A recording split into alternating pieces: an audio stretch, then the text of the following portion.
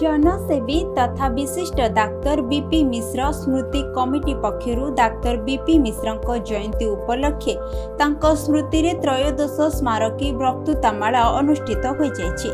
स्मृति कमिटीर सभापति प्रोफेसर आदित्य प्रसाद पाढ़ी अध्यक्षतार संबलपुर सहरर ओडिशा सांस्कृतिक समाज भवन ठारे अनुष्ठित कार्यक्रम राजस्व मंत्री सुरेश पूजारी मुख्य अतिथि, विधायक जय नारायण मिश्र सम्मानित अतिथि और मुख्य वक्ता भाव में श्रीजुक्त नित्य चैतन्य योगदान करथिले।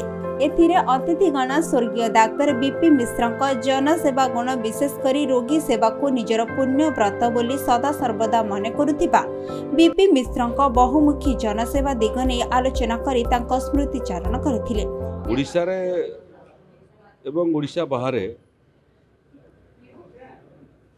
अनेक चिकित्सक संस्पर्श एवं संपर्क रे मु आइछि। भिन्न कारण एवं भिन्न समय स्वास्थ्य कारण से जेते चिकित्सक संस्पर्श एवं संपर्क रे मु आसीछि से भितर डॉक्टर बीपी मिश्र अनन्य एवं अभिन्न विभिन्न श्रेणीर रोगी को समान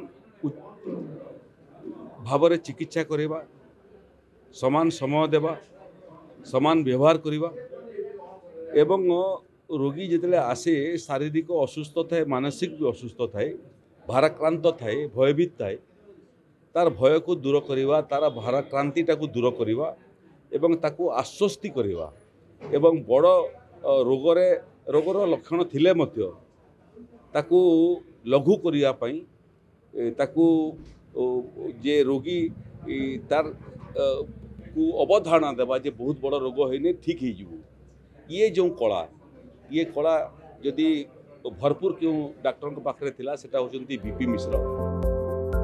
एही अवसर में प्रोफेसर डाक्तर ध्रुव चरण नंद को जनसेवी डाक्तर बीपी मिश्र स्मृति सम्मान 2024 रे सम्मानित करा जायतिला।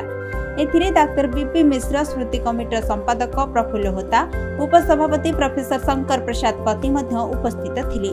एही वक्तृतामाला कार्यक्रम रे सहरर बहु बुद्धिजीवी तथा विशिष्ट व्यक्ति माने उपस्थित रहिथिले। लोकंकर सेवा रे तांकर पूरा उत्सर्गीकृत जीवन थिला।